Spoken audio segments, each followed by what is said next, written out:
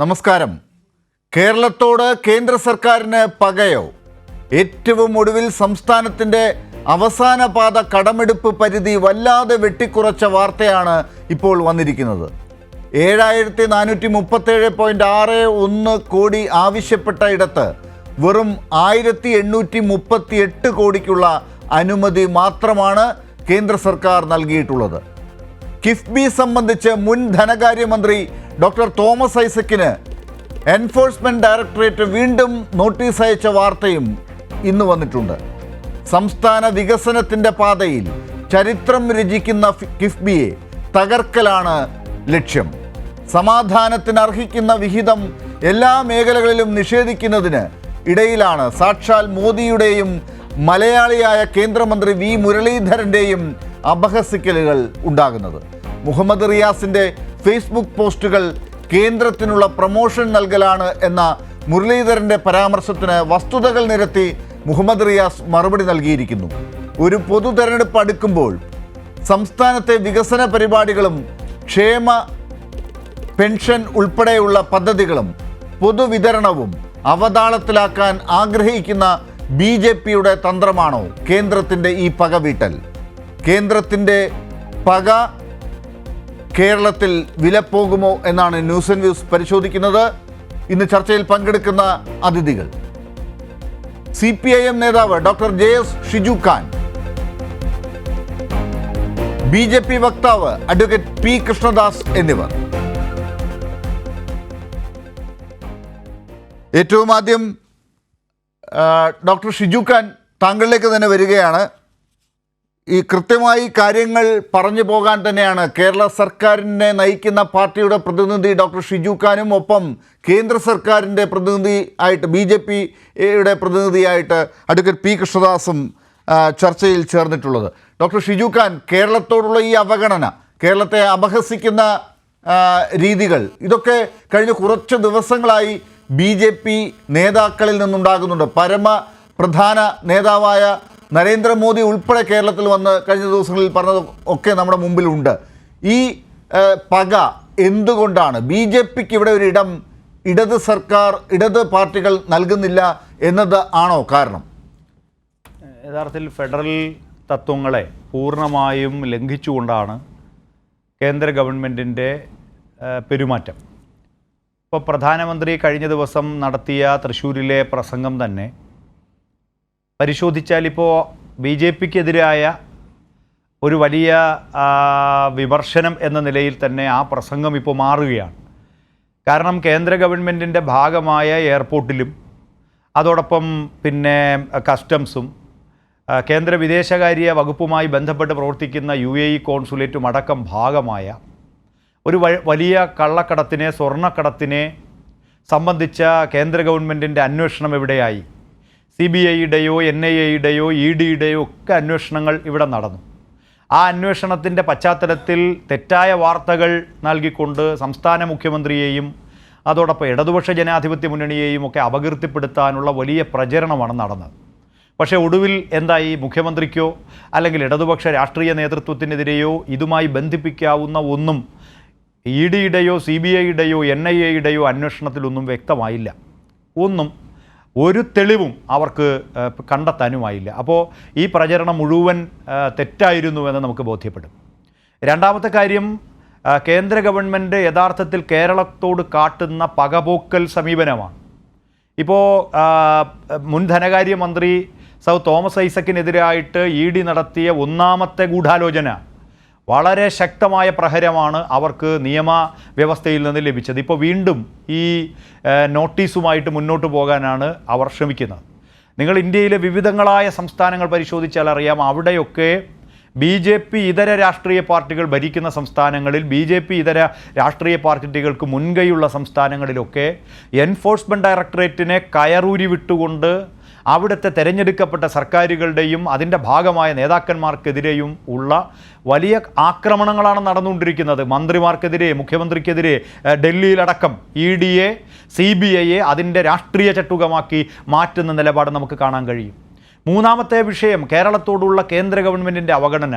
ബഹുമാന്യനായ പ്രധാനമന്ത്രി വന്നുപോയതടക്കമുള്ള സന്ദർഭങ്ങളിൽ ഈ കേരളത്തിന് നൽകാനുള്ള കുടിശ്ശിക അതിനെ സംബന്ധിച്ച് ഒരു വാക്കുകൊണ്ടെങ്കിലും പ്രതികരിക്കാൻ അവർക്ക് സാധിച്ചോ?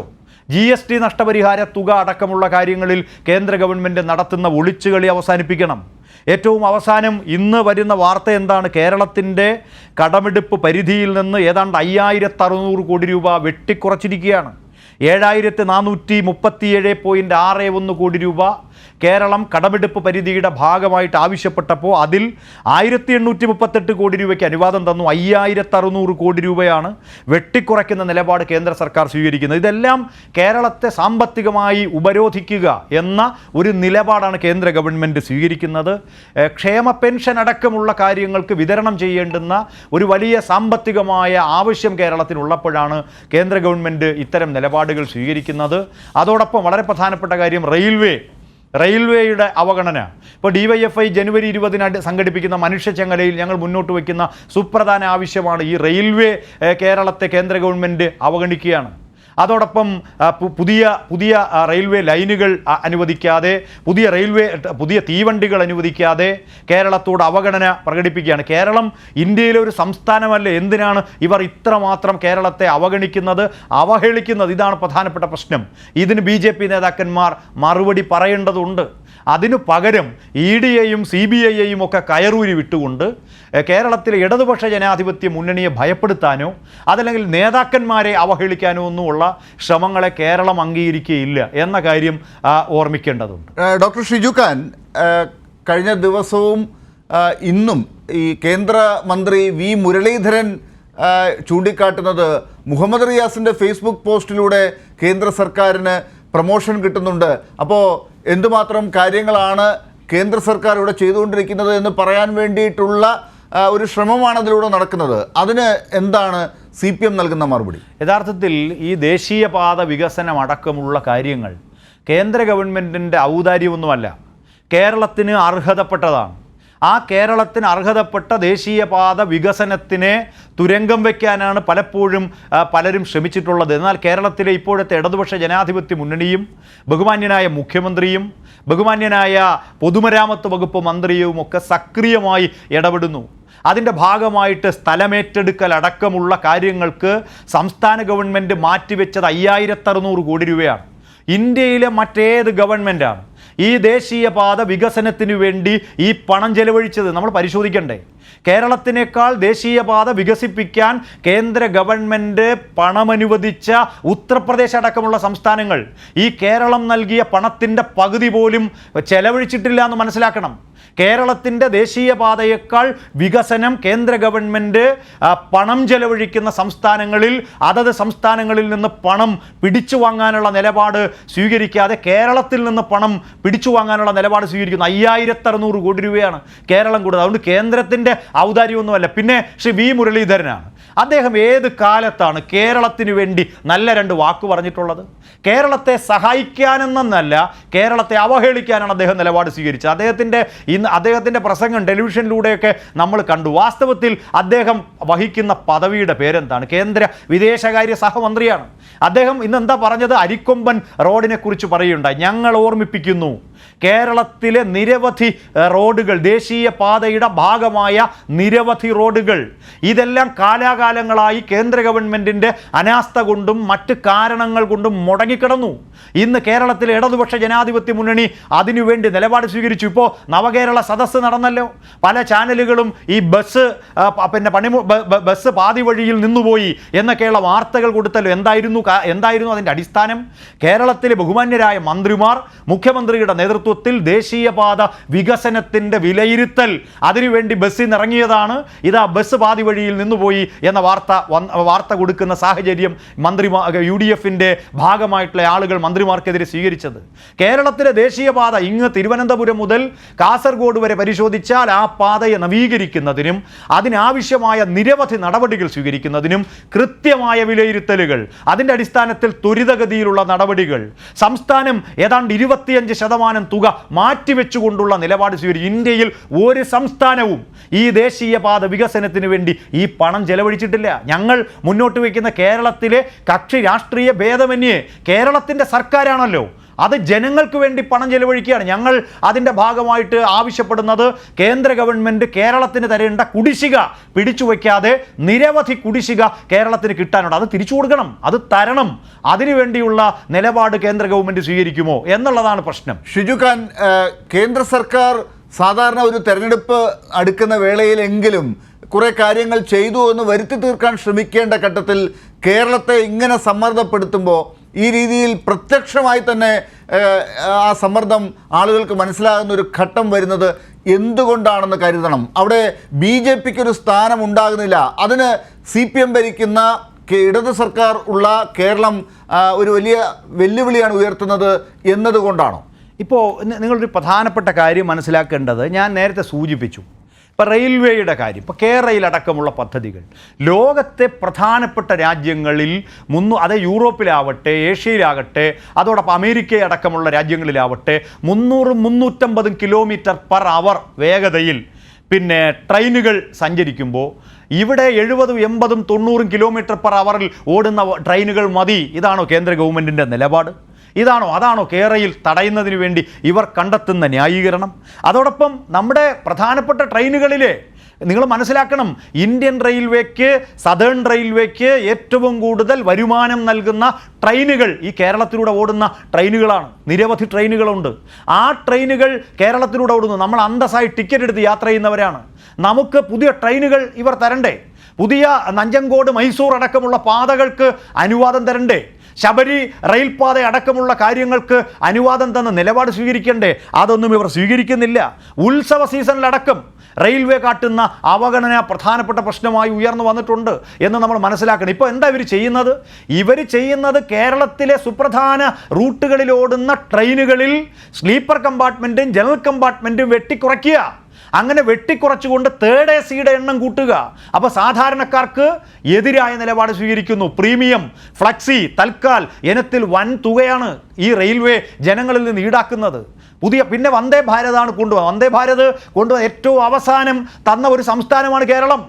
എന്നേ മറ്റു പല സംസ്ഥാനങ്ങൾക്കും കിട്ടി, അവസാനം തന്നിരിക്കുകയാണ്. എന്താ തരാൻ കാരണം? ഒന്നാമത്തെ ട്രെയിൻ തന്ന് രണ്ടാമത്തെ ട്രെയിൻ തരാൻ കാരണം എന്താ? കേരളം നല്ലതുപോലെ ഇവിടെ ഈ തീവണ്ടിയിൽ ആളുകൾ യാത്ര ചെയ്യുന്നുണ്ട്. ഇനിയും തീവണ്ടികൾ കേരളത്തിന് ആവശ്യമാണ്.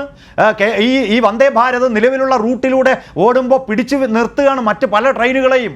മറ്റ് പ്രധാനപ്പെട്ട ട്രെയിനുകളെ അവിടെ നിർത്തിയ ശേഷമാണ് ഈ വന്ദേ ഭാരതിന് പോകാൻ സാധിക്കുന്നത്. അവിടെയും ജനങ്ങൾക്ക് തിരിച്ചടിയാണ് ഈ ഗവൺമെൻറ് നൽകുന്നത്. വളരെ പ്രധാനപ്പെട്ട പ്രശ്നമായി ഇത് കാണണം. പിന്നെ ഗവർണറെ കയറൂരി വിട്ടുകൊണ്ടാണ് കേരളത്തിനെതിരായ നിലപാട് ഇവർ ആവർത്തിക്കുന്നത്. ഗവർണറെ കയറൂരി വിടുന്നു, നിയമസഭ പാസാക്കുന്ന ബില്ലുകൾ അംഗീകരിക്കുന്നില്ല. അപ്പോൾ ഇങ്ങനെ നാനാതുറകളിൽ നിന്ന് കേരളത്തോടുള്ള പകപോക്കൽ, ആ നിലപാട് ഇവർ സ്വീകരിക്കുകയാണ്. യെസ്, ഞാൻ തിരിച്ചു വരാം. Advocate P. കൃഷ്ണദാസ്, കേരളത്തോട് കേന്ദ്ര സർക്കാരിനുള്ള അവഗണന BJPയുടെ താല്പര്യം ആകുന്നത് എന്തുകൊണ്ട് എന്നാണ് ഞാൻ ഡോക്ടർ ഷിജു ഖാനോട് ചോദിച്ചത്. അതിന് പല കാരണങ്ങളുണ്ട്. എന്തായാലും കേരളത്തിന് അതുകൊണ്ടുണ്ടാകുന്ന നഷ്ടങ്ങളാണ് ഇപ്പോൾ ഇവിടെ ആദ്യം നിരത്തിയത്. അതിലേറ്റവും ഒടുവിൽ ഇന്ന് വന്നിരിക്കുന്ന വാർത്തയാണ് ഈ കടമെടുപ്പ് പരിധി വല്ലാതെ വെട്ടിക്കുറച്ചുകൊണ്ടുള്ള ഒരു രീതി. ഈ ക്ഷേമ പെൻഷനുകൾ ഉൾപ്പെടെ കേരളത്തിന് അർഹതപ്പെട്ട ക്ഷേമ പദ്ധതികൾ നടപ്പിലാക്കാനുള്ള ശ്രമങ്ങൾക്ക് ഇങ്ങനെ പാരയാകുന്നത് എന്തുകൊണ്ടാണ് എന്ന് വിശദീകരിക്കേണ്ടി വരില്ലേ, പ്രത്യേകിച്ച് ഒരു തെരഞ്ഞെടുപ്പൊക്കെ അടുക്കുമ്പോൾ?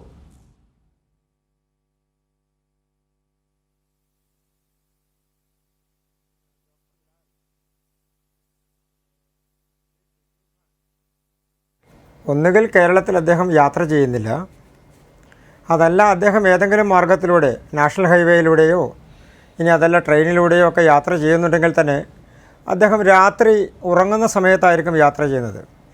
അതുകൊണ്ടായിരിക്കാം ഇവിടെ കേന്ദ്ര ഗവൺമെൻറ് നടപ്പാക്കിക്കൊണ്ടിരിക്കുന്ന റെയിൽവേ വികസനത്തെ സംബന്ധിച്ചും നാഷണൽ ഹൈവേയുടെ വികസനത്തെ സംബന്ധിച്ചും അദ്ദേഹത്തിന് കാണാൻ കഴിയുന്നില്ല. പകൽ സമയങ്ങളിൽ അദ്ദേഹം ഓഫീസ് വർക്കിലാണോ എന്നുള്ളതിനെ സംബന്ധിച്ച് അദ്ദേഹം സ്വയം വിലയിരുത്തി പൊതുജനങ്ങളോട് പറയേണ്ടതാണ്. ഇല്ലെങ്കിൽ കണ്ണുള്ളവർക്ക് കാണാൻ കഴിയുന്ന വികസനങ്ങളാണ് കേരളത്തിൽ കേന്ദ്ര ഗവൺമെൻറ് നടപ്പാക്കിക്കൊണ്ടിരിക്കുന്നത്. നമ്മുടെ സംസ്ഥാനത്തിന് വേണ്ടി വന്ദേ ഭാരത് നമുക്ക് കുറച്ച് കഴിഞ്ഞാണ് കിട്ടിയത് എന്നാണ് അദ്ദേഹത്തിൻ്റെ വാദം. കിട്ടിയില്ല എന്നൊരു വാദം അദ്ദേഹത്തിനില്ല. നമുക്ക് 2 വന്ദേ ഭാരത് കിട്ടിയിരിക്കുന്നു. 3ാമത്തെ വന്ദേ ഭാരതിൻ്റെ നടപടികൾ നടക്കുന്നു. അതുമായി ബന്ധപ്പെട്ടുകൊണ്ടുള്ള കാര്യങ്ങൾ നടന്നുകൊണ്ടിരിക്കുന്നു. നമ്മളെ സംബന്ധിച്ച് നമ്മുടെ സംസ്ഥാനത്തിന് കേന്ദ്ര ഗവൺമെൻറ് 6-മത്തെയോ 7-മത്തെയോ ഒക്കെ സ്ഥാനത്തായി വന്ദേ ഭാരത് അനുവദിക്കുന്ന സാഹചര്യമുണ്ടായി. ഏറ്റവും പ്രധാനപ്പെട്ട പല സംസ്ഥാനങ്ങൾക്കും വന്ദേ ഭാരത് കിട്ടാതിരിക്കുന്ന സമയത്താണ് കേരളത്തിന് 1-ൽ കൂടുതൽ 2-ൽ കൂടുതൽ വന്ദേ ഭാരതുകൾ ലഭിക്കുന്ന സാഹചര്യം ഉണ്ടായിട്ടുള്ളത്. അവിടെ സ്പീഡ് കുറവാണ് എന്നുള്ളൊരു വാദമാണ് അദ്ദേഹം ഉയർത്തിയിട്ടുള്ളത്. അതുമായി ബന്ധപ്പെട്ടുകൊണ്ട് നമ്മുടെ റെയിൽവേയുടെ പുനഃക്രമീകരണങ്ങളെല്ലാം നടന്നുകൊണ്ടിരിക്കുന്നത് നമുക്കെല്ലാം അറിയുന്ന കാര്യങ്ങളാണ്. പിന്നെ കടമെടുപ്പിനെ സംബന്ധിച്ച് അതിൽ വലിയ ഗൗരവം കാണേണ്ടതില്ല. അതിന് പ്രധാനപ്പെട്ട കാരണം 3% GDP-യുടെ ഭാഗമാണ് ഒരു സംസ്ഥാനത്തിന് കടമെടുക്കാൻ കഴിയുക. കേരളം അതിൻ്റെ എക്സ്ഗ്രീഷ്യ പെർസെൻറ്റേജ് ആയിട്ടുള്ള 0.5, അതായത് 3.5% എന്നുള്ളത് ഏറ്റവും കൂടുതലായി കേരളത്തിന് എടുക്കാം. മറ്റ് സംസ്ഥാനങ്ങൾക്കും അങ്ങനെ തന്നെയാണ്. പ്രത്യേകമായൊരു സംസ്ഥാനത്തിന് വരെ ജണ്ടയും ആ കാര്യത്തിൽ റിസർവ് ബാങ്കിൻ്റെ ഭാഗത്ത് നിന്നില്ല. അപ്പോൾ കേരളത്തിന് എടുക്കാൻ കഴിയുക നമ്മുടെ GDP-യുടെ അനുപാതം അനുസരിച്ച് 35,000 കോടി രൂപയാണ് മാക്സിമം. നമ്മൾ 36,000 കോടി കഴിഞ്ഞിരിക്കുന്നു. കേരളത്തിൻ്റെ പെട്രോളിൻ്റെ സെസ് എവിടേക്കാണ് പോകുന്നത്? കിഫ്ബിയുമായി ബന്ധപ്പെട്ട പദ്ധതികളിലേക്കാണ് പോകുന്നത്. അപ്പോൾ സെസ് ഏർപ്പെടുത്തുകയും അത് കിഫ്ബിയിലേക്ക് പോവുകയും ചെയ്യുന്ന സാഹചര്യം ഉണ്ടാകുന്നു. കിഫ്ബിയുമായി ബന്ധപ്പെട്ടുകൊണ്ട് തോമസ് ഐസക്കിന് നോട്ടീസ് അയച്ചിരിക്കുന്നു എന്നാണ് താങ്കൾ തന്നെ പറയുന്നത്. എന്തുകൊണ്ടാണ് അത് അയക്കാനുള്ള സാഹചര്യം ഉണ്ടായത്? കിഫ്ബി എന്ന സ്ഥാപനം വായ്പ എടുക്കുന്ന സമയത്ത് നമ്മുടെ രാജ്യത്തിൻ്റെ വായ്പാ സംവിധാനങ്ങൾക്ക് വിരുദ്ധമായി, ഭരണഘടനാ സംവിധാനങ്ങൾക്ക് വിരുദ്ധമായി നിലപാടുകൾ സ്വീകരിച്ചുകൊണ്ട് മുന്നോട്ട് പോകുന്നു എന്ന് ബോധ്യപ്പെടുന്ന സമയത്താണ് ആ തരത്തിലുള്ള നടപടികളുമായി കേന്ദ്ര ഗവൺമെൻറ് ആണെങ്കിലും അന്വേഷണ ഏജൻസികളാണെങ്കിലും മുന്നോട്ട് പോകുന്ന സാഹചര്യം ഉണ്ടാകുന്നത്. ഇനി നാഷണൽ ഹൈവേയുടെ വികസനത്തെ സംബന്ധിച്ച് പാർലമെൻറ്റിൽ തന്നെ ചോദ്യമുണ്ടായിട്ടുണ്ട്. അതുമായി ബന്ധപ്പെട്ടുകൊണ്ട് നാഷണൽ ഹൈവേയുടെ റിപ്പോർട്ടുകളെല്ലാം കൃത്യമായി പുറത്തു വന്നിട്ടുണ്ട്. അതിൻ്റെ അടിസ്ഥാനത്തിൽ നാഷണൽ ഹൈവേ വികസനത്തിൽ കേരളത്തിന് ആകെ കിട്ടിയിട്ടുള്ള തുക എത്രയാണെന്ന് നമ്മളൊന്ന് നോക്കിക്കഴിഞ്ഞാൽ 57,254 കോടി രൂപയാണ് 39 പദ്ധതികളിലായി നടന്നുകൊണ്ടിരിക്കുന്ന പദ്ധതികൾ കിട്ടിയിട്ടുള്ളത്. അതിൽ കംപ്ലീറ്റ് ആയിട്ടുള്ള പ്രവർത്തനങ്ങൾ 2,741 കോടി രൂപയുടെ 27 പ്രവർത്തികളാണ് പൂർത്തിയായിട്ടുള്ളത്. അപ്പോൾ സ്വാഭാവികമായും നാഷണൽ ഹൈവേ വികസനത്തിന് പണം കിട്ടിയില്ല എന്നുള്ളതല്ല ഷിജു ഖാൻ്റെയും ഇടതുപക്ഷ ഗവൺമെൻറ്റിൻ്റെയും വാദം. അത് കിട്ടിയത് കുറച്ച് കുറഞ്ഞു പോയി എന്നുള്ളതാണ്. അത് കുറഞ്ഞു പോയിട്ടുണ്ടെങ്കിൽ നമുക്കത് പരിഹരിക്കാനുള്ള സംവിധാനം കേന്ദ്ര ഗവൺമെൻറ് നിലവിൽ കൊടുത്തിട്ടുള്ള 57,254 ഒപ്പം തന്നെ 22,741 കൂടി ചേർത്താൽ ഏകദേശം 60,000 കോടി രൂപയുടെ വികസന പദ്ധതികൾ കഴിഞ്ഞ 5 വർഷക്കാലത്തിനുള്ളിൽ കേരളത്തിൻ്റെ നാഷണൽ ഹൈവേ വികസനത്തിൽ നടപ്പാക്കിയിട്ടുണ്ട്. അതിൽ ഏതെങ്കിലും തരത്തിൽ സംസ്ഥാന ഗവൺമെൻറ്റിന് പങ്കുണ്ട് എന്ന് പറയാവുന്നത് 5,000 കോടി രൂപ സ്ഥലമെടുപ്പിന് വേണ്ടി ചെലവാക്കിയെന്നാണ്. അദ്ദേഹം പറയുന്നത് മറ്റൊരു സംസ്ഥാന ഗവൺമെൻറ്റും അങ്ങനെ ചെയ്തിട്ടില്ല എന്നാണ്. ഒന്നുകിൽ അദ്ദേഹം ആ കാര്യങ്ങളെക്കുറിച്ച് ഒന്ന് പഠിക്കുന്നത് നല്ലതാണ്. മറ്റ് സംസ്ഥാനങ്ങൾ എത്ര ചിലവാക്കിയിട്ടുണ്ട്, ഉത്തർപ്രദേശും കർണാടകവും പഞ്ചാബും അടക്കമുള്ള സംസ്ഥാനങ്ങൾ എത്ര ശതമാനമാണ് കൊടുക്കുന്നത്, അവർ 50% വരെ കൊടുക്കുന്നുണ്ടോ എന്നുള്ളതിൻ്റെ കണക്കുകൾ അദ്ദേഹം ഒന്ന് പരിശോധിക്കുന്നത് നല്ലതാണ്. ഓരോരോ സംസ്ഥാനങ്ങളും അവർ ആവശ്യപ്പെടുന്ന നാഷണൽ ഹൈവേയുടെ വികസനത്തിന് വേണ്ടി ചിലവാക്കുന്ന പണത്തെ സംബന്ധിച്ച് അന്വേഷിക്കുന്നത് നല്ലതാണ്. ഇനി കേന്ദ്ര ഗവൺമെൻറ് കേരളത്തിലേക്ക് കൊടുത്തിട്ടുള്ള നെല്ല് സംഭരണം ഉൾപ്പെടെയുള്ള വിഷയങ്ങളിൽ കൊടുത്തിട്ടുള്ള പണം അതെവിടെയാണ് ചിലവാക്കിയിട്ടുള്ളത്? 2 ലക്ഷം ഹെക്ടർ സ്ഥലത്താണ് കേരളത്തിൽ നെല്ലുൽപാദനമുണ്ട് എന്ന് പറയുന്നത്. അവിടെ കേന്ദ്ര ഗവൺമെൻറ് കൊടുക്കുന്നത് 21.83 രൂപയും അതോടൊപ്പം തന്നെ കേന്ദ്ര ഗവൺമെൻറ്റിൽ നിന്ന് കിട്ടുന്ന പണമടക്കമുള്ള കാര്യങ്ങൾ ചേർത്തുകൊണ്ട് കേരളം കൊടുക്കുന്നത് 28 രൂപയുമാണ്. അതേസമയം ആന്ധ്രയടക്കമുള്ള ഏകദേശം 12ഓളം സംസ്ഥാനങ്ങൾ, അതായത് ഏറ്റവും കൂടുതൽ നെല്ല് ഉൽപ്പാദിപ്പിക്കുന്ന അതുപോലെ തന്നെ കൃഷി നടക്കുന്നു എന്ന് പറയുന്ന 24 ലക്ഷവും 25 ലക്ഷവും 32 ലക്ഷവും എല്ലാം ഹെക്ടർ സ്ഥലങ്ങളിൽ കൃഷി നടക്കുന്ന സ്ഥലങ്ങളിൽ അവിടെയെല്ലാം സംസ്ഥാന ഗവൺമെൻറ്റുകൾ ഇതുപോലെ തന്നെ വിഹിതം കൊടുക്കുന്നുണ്ട് എന്നുള്ള യാഥാർത്ഥ്യം മറച്ചു വെച്ചുകൊണ്ടാണ് ഇടതുപക്ഷത്തിൻ്റെ പ്രതിനിധികൾ ശ്രമിക്കുന്നത്. കേരള ഗവൺമെൻറ്റിനെ, കേരളത്തിനെ ഞെക്കിപ്പിടിയാൻ വേണ്ടി കേന്ദ്ര ഗവൺമെൻറ് ശ്രമിക്കുന്നു. നമുക്ക് കള്ളം പറയാം, അത് എത്ര തവണ പറയാം? ഒരേ കള്ളം ആവർത്തിക്കാം, അത് എത്ര തവണ ആവർത്തിക്കാം? അങ്ങനെ സ്ഥിരമായി കള്ളങ്ങൾ ആവർത്തിച്ചത് കൊണ്ടോ സ്ഥിരമായി കള്ളങ്ങൾ പറഞ്ഞതുകൊണ്ടോ ഏതെങ്കിലും ഒരു സ്ഥിതി വിവര കണക്കിന് എന്തെങ്കിലും മാറ്റമുണ്ടാകും എന്നാണ് നിങ്ങൾ ധരിക്കുന്നതെങ്കിൽ ഇതെല്ലാം നമ്മുടെ വെബ്സൈറ്റുകളിലും നമ്മുടെ സർക്കാരിന്റെ കണക്കുകളിലും എല്ലാം രേഖപ്പെടുത്തി. ഞാൻ ഇതിനകത്ത് തന്നെയാണ് പറഞ്ഞത്. താങ്കൾ 5 മിനിറ്റ് കാര്യങ്ങൾ പറഞ്ഞല്ലോ, അതിനകത്ത് നിന്നാണ് ചില ചോദ്യങ്ങൾ താങ്കളോട് ഉന്നയിക്കുന്നത്. താങ്കൾ ഈ കാര്യങ്ങളൊക്കെ പറഞ്ഞുകൊണ്ടിരിക്കുന്നത് കേരളം 36,000 കോടി രൂപ ആ പരിധി കഴിഞ്ഞ് നിൽക്കുന്ന ഒരു സാഹചര്യമാണുള്ളത്. അതുകൊണ്ട് ഇനി വികസനത്തിൻ്റെ പേരിലോ മറ്റ് കാര്യങ്ങൾക്കോ കേരളത്തിന് പൈസ കടമെടുക്കാനുള്ളൊരു പരിധിയില്ല, ഇനി അനുവദിക്കാൻ സാധിക്കില്ല എന്ന് പറഞ്ഞുകൊണ്ടാണ്. എന്തൊക്കെ ചേർത്ത് വെച്ചാണ് കേരളത്തിൻ്റെ പരിധി നിശ്ചയിച്ചിരിക്കുന്നത്?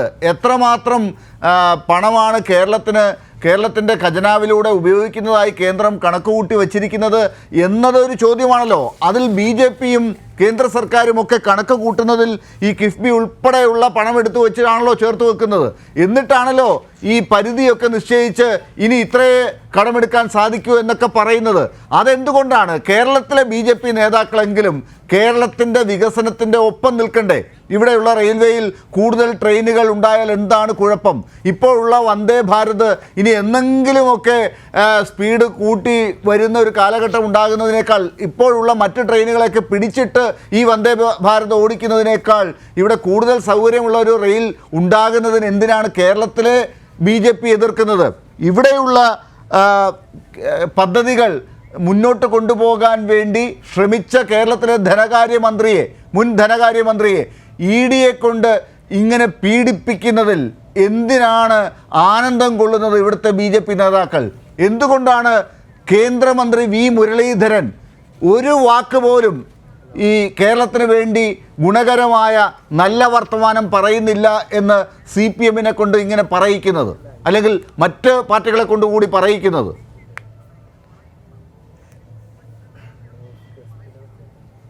ഡോക്ടർ ലാൽ, നമ്മളുടെ സംസ്ഥാനത്തേക്ക് BJP കേന്ദ്രം ഭരിക്കുന്നത് കൊണ്ടും ശ്രീ V മുരളീധരനും അതുപോലെ തന്നെ മറ്റ് മന്ത്രിമാരും, ശ്രീ രാജീവ് ചന്ദ്രശേഖർ ആണെങ്കിലും നേരത്തെ ആദ്യത്തെ ഗവൺമെൻറ്റിൽ ഉണ്ടായിരുന്ന മന്ത്രിമാരാണെങ്കിലും അവരെല്ലാം നടത്തിയിട്ടുള്ള പ്രവർത്തനങ്ങളുടെ ഫലമാണ്.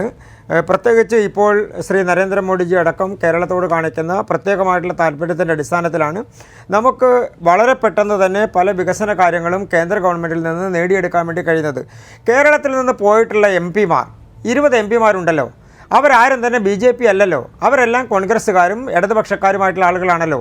ഇനി പാർലമെൻറ്റിൽ മാത്രമല്ല രാജ്യസഭയിലുള്ള ആളുകൾ അവർ ഉണ്ടല്ലോ 9 പേർ. ഇവരെല്ലാം കൂടി ചേർന്ന് ഇവരെല്ലാം ഒരുമിച്ച് ഭരിച്ചിരുന്നൊരു കാലഘട്ടം ഉണ്ടായിരുന്നല്ലോ 2004 മുതൽ 2014 വരെ. എന്താ കൊണ്ടുവന്നത്? ശ്രീ ഷിജു ഖാൻ അടക്കമുള്ള ആളുകൾ, ലാൽ അടക്കമുള്ള ആളുകൾ കാസർഗോഡ് മുതൽ തിരുവനന്തപുരം വരെ ട്രെയിനിൽ യാത്ര ചെയ്ത് കഴിഞ്ഞാൽ നമ്മുടെ റെയിൽവേ സ്റ്റേഷനുകൾ എത്ര മാറിയിരിക്കുന്നു കഴിഞ്ഞ 10 വർഷക്കാലത്തിനുള്ളിൽ. ഇനി അതൊക്കെ അവിടെ നിൽക്കട്ടെ. താങ്കൾ എന്നോട് ചോദിച്ചത് ശ്രീ തോമസ് ഐസക്കുമായി ബന്ധപ്പെട്ടുകൊണ്ടുള്ള കാര്യമാണ്. ഞങ്ങൾ കിഫ്ബിയുമായി ബന്ധപ്പെട്ടുകൊണ്ട് ഉയർത്തിയിട്ടുള്ള ആരോപണങ്ങൾ മാത്രമല്ല, വസ്തുതാപരമായിട്ടുള്ള കാര്യങ്ങൾ, അത് ഭരണഘടനാപരമാണോ എന്നുള്ള കാര്യത്തെ സംബന്ധിച്ച് ബഹുമാനപ്പെട്ട ഹൈക്കോടതിയിൽ ഹർജി നിലനിൽക്കുന്നുണ്ട്.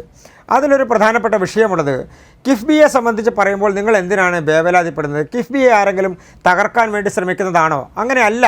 നിങ്ങൾ തെറ്റായ കാര്യങ്ങൾ ജനങ്ങളോട് പറഞ്ഞാൽ ജനങ്ങളത് വിലയിരുത്തും, അത് വായിക്കുകയും മനസ്സിലാക്കുകയും ചെയ്യുന്ന ആളുകൾ അതിൻ്റെ കൃത്യമായ വസ്തുതകൾ മനസ്സിലാക്കും. അതിനുള്ള അവസരം നിങ്ങൾ ഉണ്ടാക്കി കൊടുക്കുന്നതിൽ തെറ്റൊന്നുമില്ല. പക്ഷേ കേരളത്തിലെ BJP ഈ പറയുന്ന നിയമത്തിന്റെ നൂലാമാലകൾ പരിശോധിച്ച് എന്തിനാണ് ഇങ്ങനെ മുൻ ധനകാര്യമന്ത്രിക്കെതിരെ നിൽക്കുന്നത് എന്നാണ് എൻ്റെ ചോദ്യം. ഇത് കേരളത്തിന് ഗുണകരമായ പദ്ധതികളാണല്ലോ കിഫ്ബിയിലൂടെ ഉണ്ടാകുന്നത്. കിഫ്ബിയിലൂടെ നടക്കുന്ന പൊതുവിദ്യാഭ്യാസത്തിലെ വികസനങ്ങൾ, ഇപ്പോൾ മറ്റ് മേഖലകളിലേക്ക് വന്നിരിക്കുന്ന വികസനങ്ങൾ, നിർമ്മാണ പ്രവർത്തനങ്ങൾ, ഇതൊക്കെ കേരളത്തിലുണ്ടാക്കുന്ന തൊഴിൽ സാഹചര്യങ്ങളും ടൂറിസം സാധ്യതകളുമൊക്കെ അടച്ച് ഇല്ലാതാക്കാൻ ശ്രമിക്കുന്നത് എന്തിനാണ്? കേരളത്തിലെ BJPയുടെ നേതാക്കൾ എന്തിനാണ് അതിന് പ്രചാരം കൊടുക്കുന്നത്? കേന്ദ്രമന്ത്രി ഉൾപ്പെടെ. ലാൽ ചോദിച്ചത് വളരെ പ്രസക്തമായിട്ടുള്ളൊരു കാര്യമാണ്. അതായത് കേരളത്തിൽ ഏറ്റവും കൂടുതൽ കിഫ്ബിയുമായി ബന്ധപ്പെട്ടുകൊണ്ട് ആ തരത്തിലുള്ള പദ്ധതികൾ കൊണ്ടുവരാൻ ശ്രമിച്ചത് ഡോക്ടർ തോമസ് ഐസക്കാണ് എന്നുള്ള അങ്ങയുടെ വാദം ഞാൻ അംഗീകരിച്ചാൽ, ഞാൻ തിരിച്ചൊരു കാര്യം ലാലിനോട് ചോദിക്കട്ടെ. ഡോക്ടർ ഷിജു ഖാൻ ആൻസർ പറഞ്ഞാലും എനിക്ക് വിരോധമൊന്നുമില്ല. ഇങ്ങനെയൊക്കെ വലിയ വലിയ കാര്യങ്ങൾ ചെയ്തിട്ടുള്ള ഡോക്ടർ തോമസ് ഐസക്കിന് ഇപ്പോൾ ED നോട്ടീസ് അയച്ചു എന്നുള്ളത് വാസ്തവമാണ്. പക്ഷേ എന്തിനാണ് അദ്ദേഹത്തിന് MLA സീറ്റ് പോലും കൊടുക്കാതെ ഒന്നാം മന്ത്രിസഭയിൽ ഇത്രയും പ്രഗത്ഭനായ മന്ത്രിയായിരുന്ന ആൾക്ക് പിന്നത്തെ രണ്ടാമത്തെ തെരഞ്ഞെടുപ്പിൽ വീണ്ടും അധികാരത്തിൽ വരാൻ പോകുന്നു എന്ന് നിങ്ങൾ പറഞ്ഞ തെരഞ്ഞെടുപ്പിൽ ഒരു MLA സീറ്റ് കൊടുക്കണ്ടേ ആ ആൾക്ക്? എന്തുകൊണ്ടാണ് അദ്ദേഹത്തെ മാറ്റി നിർത്തിയത്? ഇത്രയും പ്രഗത്ഭനാണെങ്കിൽ, ഇത്രയും കൃത്യമായി കേരളത്തിൻ്റെ വികസനത്തെ കൊണ്ടുവരുന്ന ആളാണെങ്കിൽ എന്തിനാണ് അദ്ദേഹത്തെ മാറ്റി നിർത്തിയത്?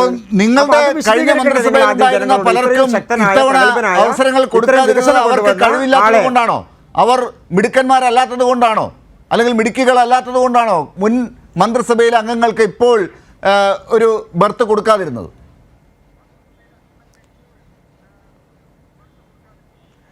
ലാലെ, ഞാൻ അദ്ദേഹത്തിൻ്റെ മിടുക്ക് എത്രത്തോളം ഉണ്ട് എന്നുള്ളതിനെക്കുറിച്ചല്ല സൂചിപ്പിച്ചത്. നിങ്ങൾ ചോദിച്ച ചോദ്യം കിഫ്ബിയിൽ ശക്തമായ നടപടികൾ നടത്തിയ തോമസ് ഐസക്കിന് അല്ല, എന്തുകൊണ്ട് കിഫ്ബി ഇപ്പോൾ തോമസ് നോട്ടീസ് ഐസക് അയച്ചു എന്നുള്ള ഒറ്റയ്ക്ക് ഇരുന്ന് ചോദ്യമാണ്. ഇങ്ങനെ ചെയ്തു ഞാൻ എന്നല്ല ഞാൻ പറഞ്ഞത്. അദ്ദേഹം ധനകാര്യമന്ത്രിയായിരുന്നു. അദ്ദേഹം ധനകാര്യമന്ത്രിയായിരുന്നു. കിഫ്ബി ഒരു സംസ്ഥാന സർക്കാരിൻ്റെ പ്രോജക്റ്റാണ്. അത് ഏത് രീതിയിലാണ് ഒരു പ്രത്യേക സ്പെഷ്യൽ പർപ്പസ് വെഹിക്കിളായി ഉപയോഗിക്കപ്പെടുന്നത്, ഇവിടെ വികസനത്തിന് വേണ്ടി എങ്ങനെയാണത് പ്രകടമായി നിൽക്കുന്നത് എന്നുള്ളത് കേരളത്തിലെ നോക്കുന്ന എല്ലാവർക്കും അറിയാം. കേരളത്തിന് അനുഭവമുള്ള കാര്യമാണ്. ആ കാര്യത്തെ BJP എന്തിനാണ് എതിർക്കുന്നത്? അതിങ്ങനെ വന്നു കഴിഞ്ഞാൽ കേരളത്തിൽ ഈ സർക്കാരിനുള്ള പ്രീതിയും ജനങ്ങളിലുള്ള സ്വാധീനവും വർദ്ധിക്കുമെന്നൊരു ഭയം BJPക്കുണ്ടോ? അതുകൊണ്ടാണോ ഭരണഘടനയും ഭരണഘടനാ സ്ഥാപനങ്ങളും അന്വേഷണ ഏജൻസികളും ഒക്കെ ഉപയോഗിച്ചുകൊണ്ട് കേന്ദ്ര സർക്കാരിനെ കൊണ്ട് ഇങ്ങനെ പീഡിപ്പിക്കുന്നത് എന്നായിരുന്നു എൻ്റെ ചോദ്യം.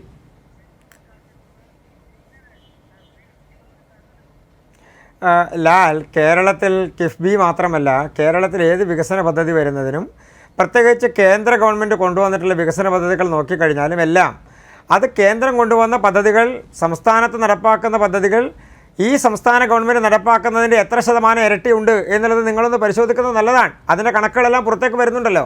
ഇനി ഒരു പ്രധാനപ്പെട്ട വിഷയം, അങ്ങും ഈ പാനലിൽ പങ്കെടുക്കുന്ന ഡോക്ടർ ഷിജു ഖാനും മനസ്സിലാക്കുന്നത് എന്നെ സംബന്ധിച്ചിടത്തോളം നിങ്ങൾ മനസ്സിലാക്കിയിട്ടും പറയാതിരിക്കുന്നതാണെന്ന് ഞാൻ ധരിക്കുന്നത്. അതിൻ്റെ പ്രധാനപ്പെട്ട കാരണം, കിഫ്ബി എന്ന് പറയുന്ന സ്ഥാപനത്തിന് എന്തും ചെയ്യാനുള്ള അധികാരം നമ്മുടെ ഭരണഘടനക്കകത്തില്ല. അങ്ങനെ ഭരണഘടനയിൽ ഒരു സംവിധാനമില്ല.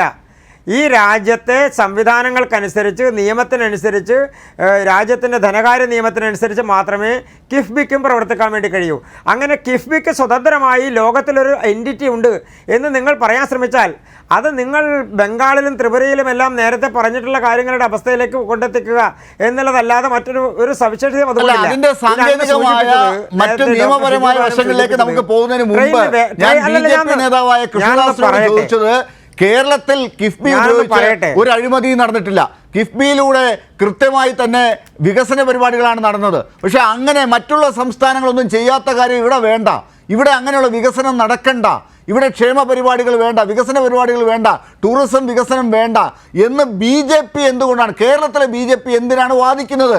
അതിലെ ഭരണഘടനാപരമായും നിയമപരമായും ഒക്കെ എന്തെങ്കിലും പ്രശ്നങ്ങളുണ്ടെങ്കിൽ അത് നിയമ പോരാട്ടം നടക്കട്ടെ. അത് മറ്റ് സംസ്ഥാനങ്ങൾക്ക് അതിനകത്ത് എന്തെങ്കിലും കോമ്പറ്റീഷൻ കേരളവുമായിട്ടുണ്ടെങ്കിൽ അവർ മത്സരിക്കട്ടെ, പരാതി കൊടുക്കട്ടെ. കേരളത്തിലെ BJPക്ക് എന്താണ് ഇത്ര വിരോധം ഇവിടെയുള്ള വികസനം ഈ പറഞ്ഞ രീതിയിലൂടെ നടക്കണ്ട എന്ന്? അതിൽ അഴിമതി എന്തെങ്കിലും ഉണ്ടെങ്കിൽ നിങ്ങൾ ചൂണ്ടിക്കാട്ടൂ.